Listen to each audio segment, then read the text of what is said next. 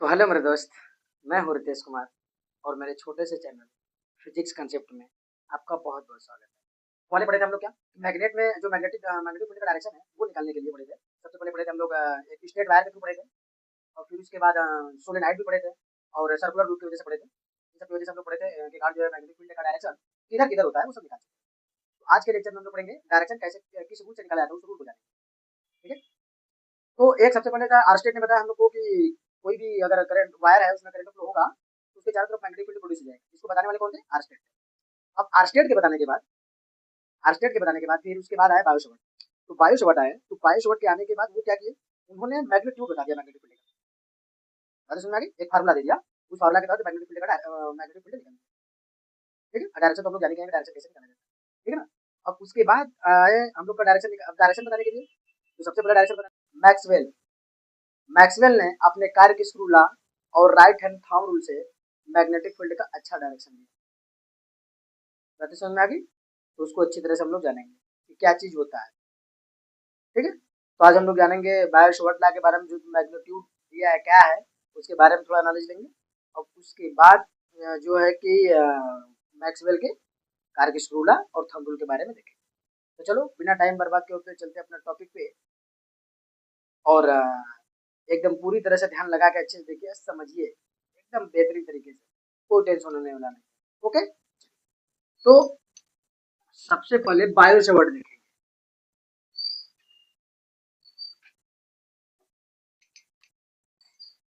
बायो-सवार्ट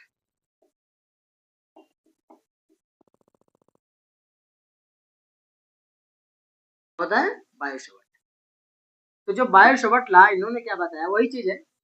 इन्होंने सबसे पहले एक कंडक्टर लिया, ठीक है, वायर ले लिया, स्ट्रेट लाइन वायर ले लिया, इसकी लेंथ को रख दिया इन्होंने डेल्टा एल रख दिया, छोटी सी लेंथ ले ली। एक मान लो इन्फिनाइट का ले लिया, इन्फिनाइट वायर कंडक्टर की जो है कि लेंथ इन्फिनाइट मान लो, उसमें छोटा सा पीस काट लिया डेल्टा एल। और क्या किया इन्होंने एक पॉइंट ले लिया, इस पॉइंट से इस कंडक्टर से ये डिस्टेंस ले लिया, आधे समझ में आ गई? आर ले लिया और इसके बीच का एंगल कितना ले लिया भाई? थीटा। कितना ले लिया? थीटा। यहाँ पे पॉइंट पी रख लो, ये डेल्टा एल हो गया ये। और इसमें जो करंट का फ्लो है भाई, इसमें करंट का फ्लो आई ये ले लिया। मतलब क्या समझो इसके बारे में? बायो-सवार्ट ने सबसे पहले कंडक्टर ले लिया, कंडक्टर वायर ले लिया, जिसकी लेंथ इनफिनाइट मान लो, कुछ भी मान लो, इनफिनाइट मान लो या कोई ले लो, यहाँ पे उसकी लेंथ ले लो, कुछ भी कर सकते हो। तो जब इनफिनाइट यहाँ से ले लिया मैंने, तो कंडक्टर में करंट का फ्लो कितना करा है भाई? आई। करंट कितना करा? आई करंट का फ्लो कराने के बाद इसके चारों तरफ मैग्नेटिक फील्ड प्रोड्यूस हो जाएगा। क्या प्रोड्यूस हो जाएगा? मैग्नेटिक फील्ड प्रोड्यूस हो जाएगा। जब मैग्नेटिक फील्ड प्रोड्यूस होगा तो उसका कुछ ना कुछ बाय मैग्नीट्यूड भी होगा। तो उसी मैग्नीट्यूड को बताया किसने? बायो-सवार्ट। और डायरेक्शन तो सबसे पहले आरस्टेड ने बता दिया, तो उसका वैल्यू कितना होगा इन्होंने ये बताया। तो उन्होंने एक कंडक्टर लिया और उस कंडक्टर में जो लेंथ इनफिनाइट ले लिया, मान लो एक तरह से इनफिनाइट मान लेंगे, और उसके छोटा सा पीस एक डेल्टा है, ठीक है, और जितनी कंडक्टर की लेंथ रहेगी वहां रख करके निकाल लेंगे। बात समझ में आ रही है? तो अब यहाँ पे डेल्टा एल हो गया, आई हो गया, यहाँ से जब करंट फ्लो होगा तो इसके चारों तरफ मैग्नेटिक फील्ड प्रोड्यूस होगा। इतनी बातें समझ में। अब इन्होंने क्या बताया बायो-सवार्ट लॉ में? इन्होंने बताया कि जो मैग्नीट्यूड ऑफ मैग्नेट, इसके कारण जो चारों तरफ जो मैग्नीट्यूड, इसका मैग्नेटिक फील्ड का जो मैग्नीट्यूड आएगा वो किस पे डिपेंड करेगा? तो magnitude magnitude of magnetic field, इसको मान लेते हैं हम लोग किससे रिप्रेजेंट करते हैं भाई? बी से। किससे रिप्रेजेंट करते हैं? बी से रिप्रेजेंट करते हैं। जब बी से रिप्रेजेंट करेंगे तो बी प्रोपोर्शनल, देखो अब बी प्रोपोर्शनल किसके है? Flowing current. क्या बता दिया? B proportional flowing. जो करंट है अगर बढ़ाओगे तो मैग्नीट्यूड बढ़ेगा, और डेल्टा जो एल है, डेल्टा एल के भी प्रोपोर्शनल, ठीक है, जो डेल्टा एल है उसके भी प्रोपोर्शनल। अगर लेंथ बढ़ा दोगे तो मैग्नीट्यूड इसका बढ़ जाएगा, मैग्नेटिक फील्ड का मैग्नीट्यूड बढ़ जाएगा। अब बी डायरेक्ट कंडक्टर के बीच का जो एंगल बना है, कंडक्टर और ये जो डिस्टेंस है जिस पॉइंट पे मैग्नेटिक फील्ड निकालना है, वहां से कंडक्टर के बीच का जो लेंथ है आर और कंडक्टर के बीच जो एंगल बना है उसका साइन थीटा के क्या होता है, प्रोपोर्शनल। अभी समझ में आ गई। और ये डिस्टेंस के क्या होता है भाई, इनवर्सली प्रोपोर्शनल, डिस्टेंस के स्क्वायर के इनवर्सली प्रोपोर्शनल। इन्होंने ये देखा इतना, बातें समझ में आ गई। बायशॉट ने इतना बताया। बायशॉट ने बताया कि अगर कोई कंडक्टर है, इस कंडक्टर में करंट का फ्लो करा रहे हैं, तो जो मैग्नीट्यूड ऑफ मैग्नेटिक फील्ड है, मैग्नीट्यूड ऑफ मैग्नेटिक फील्ड, वो जो है करंट के डायरेक्टली प्रोपोर्शनल होगा, डेल्टा एल के डायरेक्टली प्रोपोर्शनल होगा, साइन थीटा के प्रोपोर्शनल होगा। साइन थीटा क्या है भाई, ये जो आर है यहाँ से यहाँ तक डिस्टेंस और कंडक्टर के बीच का जो है एंगल है, उसके साइन के प्रोपोर्शनल। साइन समझ रहे हो, ट्रिग्नोमेट्री रेशियो होता है, और बी प्रोपोर्शनल कितना, 1/r², इनवर्सली प्रोपोर्शनल हो जाएगा r²। ठीक है, यानी कि अगर डिस्टेंस बढ़ाओगे तो मैग्नीट्यूड का वैल्यू घटेगा। तो अब इन चारों को मिला दिया। अब इन चारों को मिलाया, मिलाने से एक फार्मूला जनरेट हुआ। तो उस फार्मूले को हम लोग कैसे देख लेते हैं थोड़ा सा, कैसे जनरेट हुआ भाई।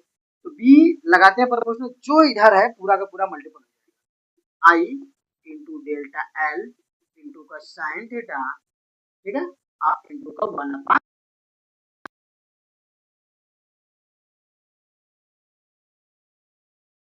साइन थीटा अपान का r²। बात समझ में आ गई। और जब प्रोपोर्शनल हटाते हैं तो एक कांस्टेंट,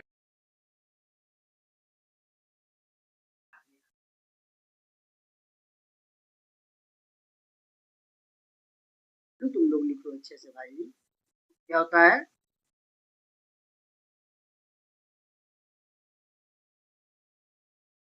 ठीक है, यूनिट क्या, तो टेस्ला इंटू इधर मीटर हो जाएगा, तो मीटर पर एम्पियर, ये यूनिट होता है इसका। ठीक है, मतलब टेस्ला क्या रखना। अब ये हो गया, ये मैग्नेटिक फील्ड का यूनिट है। इतनी बातें समझ में आ गई। म्यू नॉट क्या है भाई, 4 पाई जान रहे हो, म्यू नॉट क्या है, हाँ, म्यू नॉट क्या है, परमेबिलिटी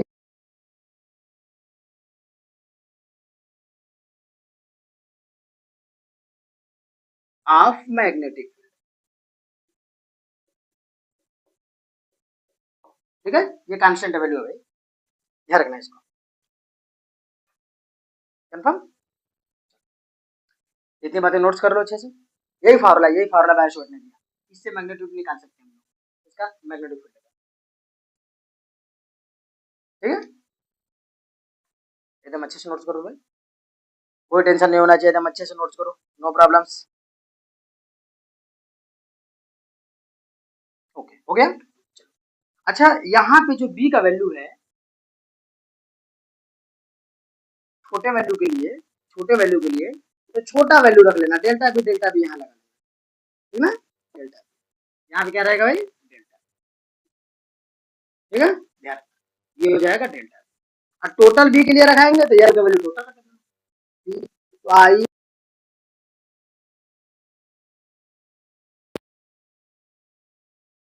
म्यू नॉट अपॉन, ये हो एल है, क्या रखना, छोटा एल के लिए छोटा, डेल्टा बी का मतलब छोटा मैग्नेट, बना लो इतना अच्छे से।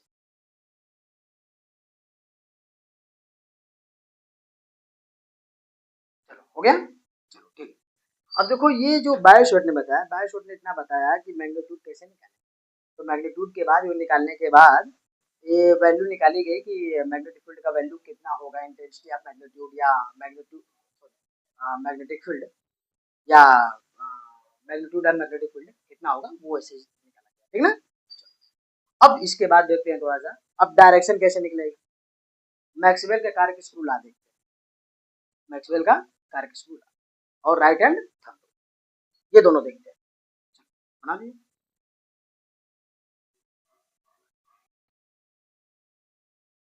हैं कि सीबीएसई बोर्ड और यूपी बोर्ड में बहुत कम ही जिक्र किया है, सीबीएसई बोर्ड, यूपी बोर्ड और एसएससी बोर्ड में सब हटा दिया है, लगभग कट कर दिया है। तो ये आप लोग का जो है प्लस पॉइंट है, लेकिन जानकारी के लिए मैं इसको बता दिया, इसलिए थोड़ा सा शॉर्टकट में बताया हूँ इसको। तो ध्यान रखना कि जानकारी मतलब इतना बिल्ट होना चाहिए, जितना जानकारी दिए हैं उतना बिल्ट होना चाहिए, ठीक है, पूरा लिख करके नहीं, बस जानकारी दे दिया हूँ कि ये चीज होता है, ठीक ना। ये चीज़ हटा दिया गया है अच्छे से। इस चीज़ को थोड़ा सा और एक्सप्लेनेशन में होता तो बस क्या करते हैं, बस थोड़ा सा लैंग्वेज लिखते हैं, बाकी सब सेम प्रोसेस, थोड़ा सा लैंग्वेज और यूज करते हैं, ठीक ना, टिपली होता तो मेन मतलब सही है, कोई दिक्कत इसमें नहीं है, मतलब यही चीज कैलकुलेशन आएगा ही, थोड़ा सा लैंग्वेज लिख करके लगाना, लिखना पड़ता है इसकी कि delta be directly proportional I current के, ये सब पूरा पूरा लिखना पड़ता है। तो ऐसे हम लोग थोड़ा शॉर्टकट में जाने हैं, क्योंकि ये सिलेबस में थोड़ा सा आउट ऑफ सिलेबस भी है, सीबीएसई बोर्ड में तो एकदम कट कर दिया है, तो थोड़ा ध्यान रखिएगा हाई स्कूल में, आगे इंटर में पढ़ना है, इंटर में आगे अच्छे से इसको पढ़ना है।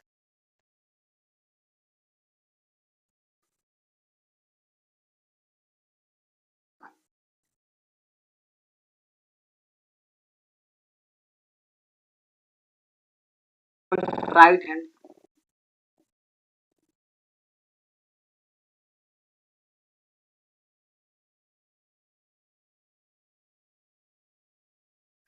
ये क्या होता है भाई, सबसे पहले ये है, ठीक है, राइट हैंड थंब रूल क्या करता है, ये हमको बताता है to know the direction of magnetic, ये बस मैग्नेटिक फील्ड का डायरेक्शन को जानने के लिए डायरेक्शन की तरफ। तो रूल्स होता क्या है, सबसे पहले देखेंगे रूल्स होता क्या है कि राइट हैंड थंब रूल क्या होता है। छोटी सी बेस ये थ्योरी है, इसको अच्छे से जानो और थोड़ा सा फिगर उगर पे ध्यान देना, बाकी सब कंप्लीट हो जाएगा, बहुत बहुत छोटा सा चीज है। तो आप अपने राइट हैंड थंब रूल देख लीजिए अच्छे से। राइट हैंड थंब रूल क्या हो, right hand thumb rule, right hand ले लीजिए, राइट हैंड का जो ये थंब है और ये 4 फिंगर्स है, इसको इस प्रकार से फैला, ठीक है, समझ रहे, इस प्रकार से फैला, जब इस प्रकार से फैलाएंगे तो किधर मोड़ सकते हैं भाई, इधर तो मोड़ नहीं सकते, अब इधर मोड़ सकते हैं ना। तो पोजीशन देखना ध्यान से, क्या मैं बता रहा हूँ उसको ध्यान से, सटीक जो बताया जा रहा है उसको ध्यान से सब कर लेंगे कि राइट हैंड थंब रूल ऐसे निकाल लेंगे, लेकिन इसके अंदर के जो फिनोमेना है वो सब भूल जाएंगे, वही करेंगे। इसमें क्या करेंगे हम लोग, तो अगर ये चीज ऐसे हम लोग इस प्रकार से फैलाएंगे कि ये थंब और 4 फिंगर्स आपस में क्या रहे, परपेंडिकुलर, ऐसा रहे भाई, परपेंडिकुलर, तो परपेंडिकुलर है अच्छे से, तो परपेंडिकुलर है, तो परपेंडिकुलर में अगर ये जो थंब है, ये जो थंब है, अगर ये करंट के डायरेक्शन को बता रही, इसको सुनो ध्यान से, करंट का डायरेक्शन, इसके डायरेक्शन को, करंट के डायरेक्शन को बता रही है, तो ये 4 फिंगर्स, ये जो 4 फिंगर्स है उधर की डायरेक्शन को पहले कर लो, जिस पॉइंट पे मैग्नेटिक फील्ड निकालना है, जिस पॉइंट पे मैग्नेटिक फील्ड निकालना है उस पॉइंट की तरफ 4 फिंगर पूरा कर लो, आप फिर कर्ल करो, वहां पे ऐसे मोड़ना है, अगर ऐसे मोड़ दिए तो जिधर मुड़ रहा है वही डायरेक्शन मैग्नेटिक फील्ड का, बातें समझ में आ गई, एकदम अच्छे समझ में आ गई, बिल्कुल ठीक है। फिर से एक बार सुन लेते हैं अच्छे से, अगर ये थंब करंट को बताया और ये 4 फिंगर उधर जिस पर मैग्नेटिक फील्ड निकालना है उस डायरेक्शन को बता रहा है, तो ये जिधर कर्लिंग पॉइंट होगा वो डायरेक्शन किसको बताएगा भाई, मैग्नेटिक। कैसे, थोड़ा देख लेते हैं, हम कंडक्टर में फ्लो करा दिया, करंट फ्लो करा दिया कंडक्टर में, तो यहाँ पे मैं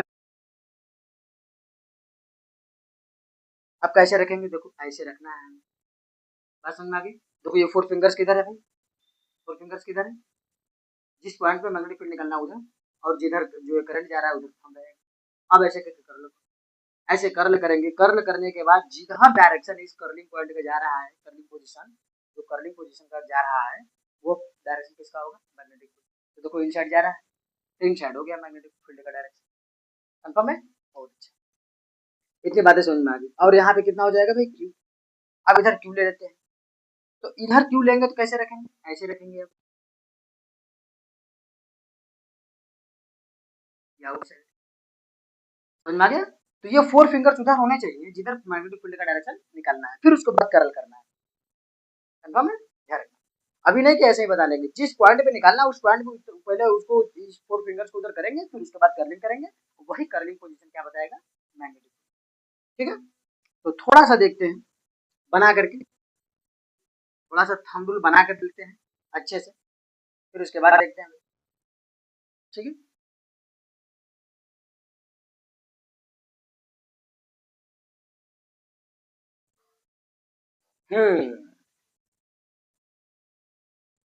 तो थोड़ा बना लेते हैं भाई, एकदम मस्त से तरीके से ढंग से बनाते हैं। चलो, तो थोड़ा बना करके देखते हैं, अच्छे से तरीके से देखते हैं भाई, कोई दिक्कत इसमें नहीं होना चाहिए हम लोग को। सॉरी यार। अब देखो ये है हमारा, इधर हो,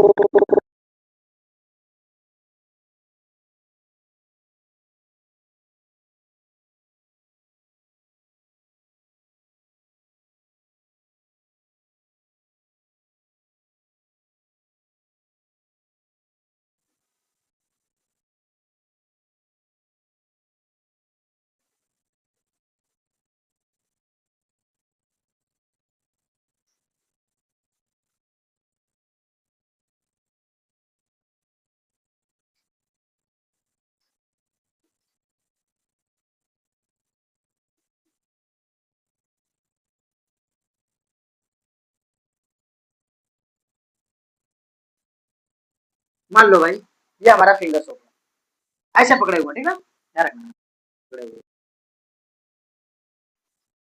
अब देखो यहाँ पे हम ऐसे पकड़े हुए, इसको ध्यान रखना, ऐसे। अब ये मत समझना कि कैसे अपना बना लेना अच्छे से, मैं समझाने के लिए बता रहा हूँ, अच्छे से समझना, ठीक है ना, कोई दिक्कत नहीं होना चाहिए। का रूल है, ऐसे बनाएंगे, ठीक ना, बातें समझ में आ रही? इसमें करंट का फ्लो है, ठीक है ना। सबसे पहले क्या बताएंगे,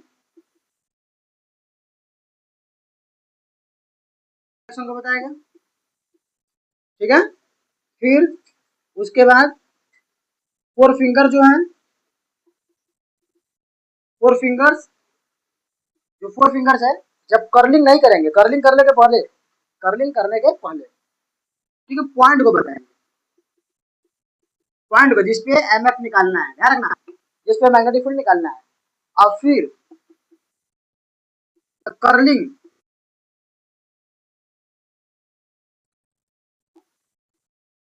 curling direction of four fingers, four fingers,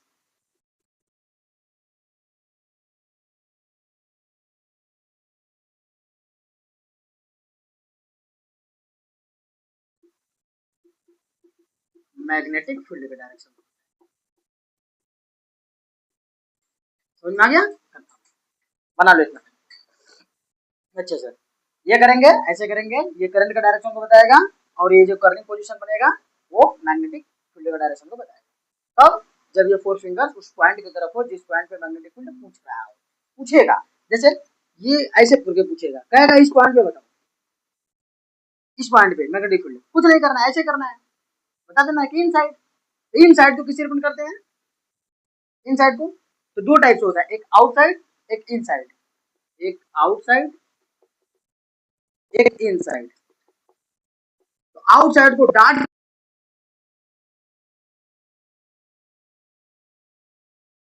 अगर क्रॉस है तो इन साइड, डार्ट है ऐसे करके तो आउटसाइड, ध्यान रखना भाई। तो यहाँ पे क्या, इन साइड, इधर इन साइड होगा, होगा ना इन साइड मैग्नेटिक फील्ड, इधर निकालेंगे तब, अब ऐसे रखोगे, ऐसे रखोगे, ये कहाँ हो गया, आउटसाइड, इधर डार्ट डार्ट होगा, बात समझ आ गई, ध्यान रखना, बना लो इसको अच्छे से, कुछ नहीं है भाई इसमें, बस थोड़ा जानकारी रखना है।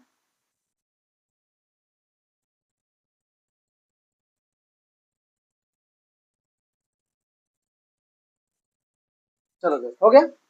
तो राइट हैंड थंब रूल में कुछ और कुछ नहीं है, बस फोकस थोड़ा सा ये रखना है कि राइट हैंड लेना है, और लेने के बाद, राइट हैंड लेने के बाद ये किसको बताएगा, करंट को, और ये फोर फिंगर जो है उस पॉइंट को जिस पॉइंट पे मैग्नेटिक फील्ड का डायरेक्शन निकालना है।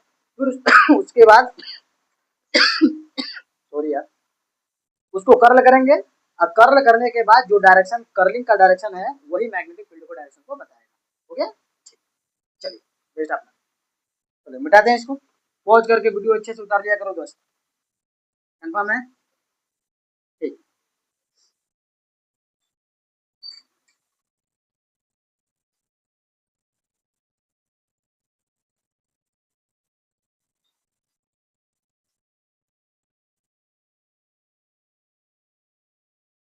अच्छा, इतनी बातें समझ में आ गई राइट हैंड थंब रूल क्या है।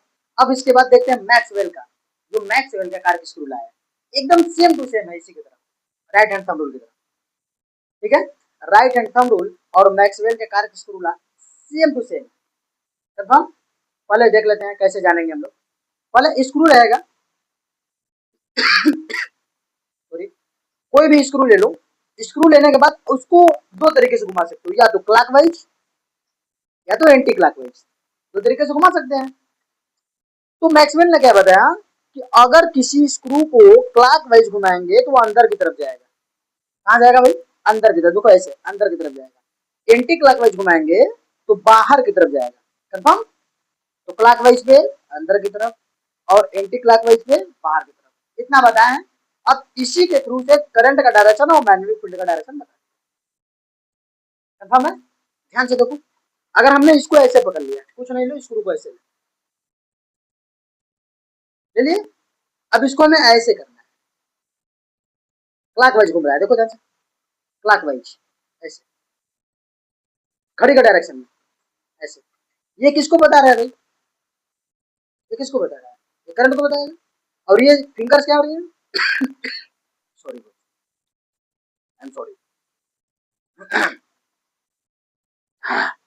ठीक है, अब देखिए बेस्ट, अब ये ऐसे करेंगे। ठीक है दोस्त, ये किसको बताएगा?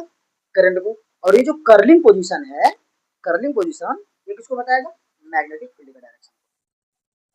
बातें समझ में आई? बिल्कुल ठीक है। तो यही चीज हमें मैक्सवेल ने बताया, और मैक्सवेल ने ये बताया, छोटी सी चीज और इंक्लूड करेंगे इसमें और डिटेल में थोड़ा जानेंगे। जब जिधर जा रहा है, इसके जाने का डायरेक्शन अगर करंट को बता रहा है, तो इसके घूमने का जो डायरेक्शन है वो मैग्नेटिक फील्ड को। फिर से बातें समझ में आई? एकदम फिर से देखो, मैक्सवेल का कार्क स्क्रू है, अगर किसी स्क्रू को क्लॉकवाइज घुमाएंगे तो वो अंदर की तरफ जाएगा, एंटी क्लॉकवाइज घुमाएंगे तो बाहर की तरफ आएगा। ठीक है भाई? एंटी क्लॉकवाइज घुमाएंगे तो बाहर की तरफ, ऐसे ऐसे ऐसे घुमा, समझ रहे? बातें समझ में आ रही है? बिल्कुल ठीक है। अगर ये क्लॉकवाइज घूम रहा है तो नोक, इसकी नोक किधर जा रही है, यानी कि स्क्रू किधर जा रहा है, स्क्रू की मोशन किधर हो रही है? अंदर की तरफ। बस मेरा अंदर की तरफ जा रहा है। घूम कैसे रहा है? ऐसे घूम रहा है, ऐसे। तो घूमने का डायरेक्शन क्या हो गया? ठीक है भाई, चलो अच्छे से देखते हैं। सबसे पहले Maxwell Maxwell cork screw law, cork screw law.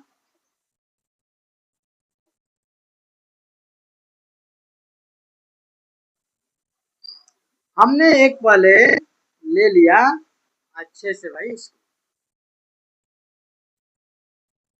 Screw ले लिया।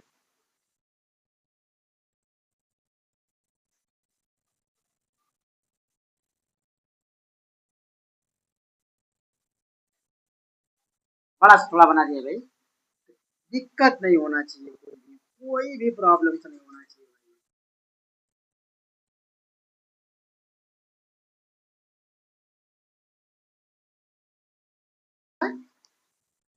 ये स्क्रू ले लिया, अगर इसको क्लॉकवाइज घुमाना है, क्लॉकवाइज,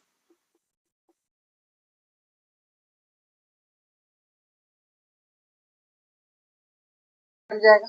अगर इसको एंटी क्लॉकवाइज घुमाते हैं, एंटी क्लॉकवाइज, तब ये कहाँ जाएगा भाई? आउटसाइड में। ये समझ में आ गया? इतनी बातें कंफर्म हो गई, ठीक है ना? तो मान लो अगर हम क्लॉकवाइज घुमा रहे हैं तो कहाँ जाएगा? अंदर की तरफ जाएगा, अंदर की तरफ इधर जाएगा। तो जिधर मोशन हो रहा है इसका, जिधर जा रहा है, मोशन हो रहा है, जिधर मूवमेंट हो रहा है, जिधर मूव कर रहा है, अगर वो डायरेक्शन करंट को बता रहा है, तो स्क्रू के घूमने का डायरेक्शन क्या बताएगा? मैग्नेटिक। बातें समझ में आ गई? बस सेम।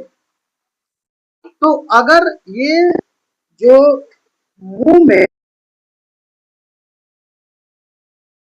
है, अगर मूवमेंट करंट को बता रहा है, इसको भाई, करंट को, तो जो कर्लिंग डायरेक्शन बनेगा, कर्लिंग डायरेक्शन है वो किसको बताएगा भाई, एम एफ, मैग्नेटिक फील्ड को बताएगा।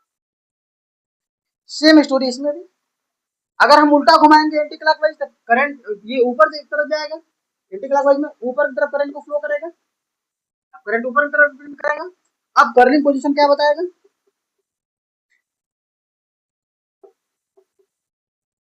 जो कर्लिंग पोजीशन बनेगा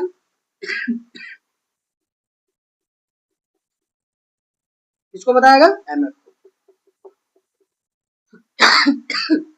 सॉरी, कितनी बातें समझ में आ गई।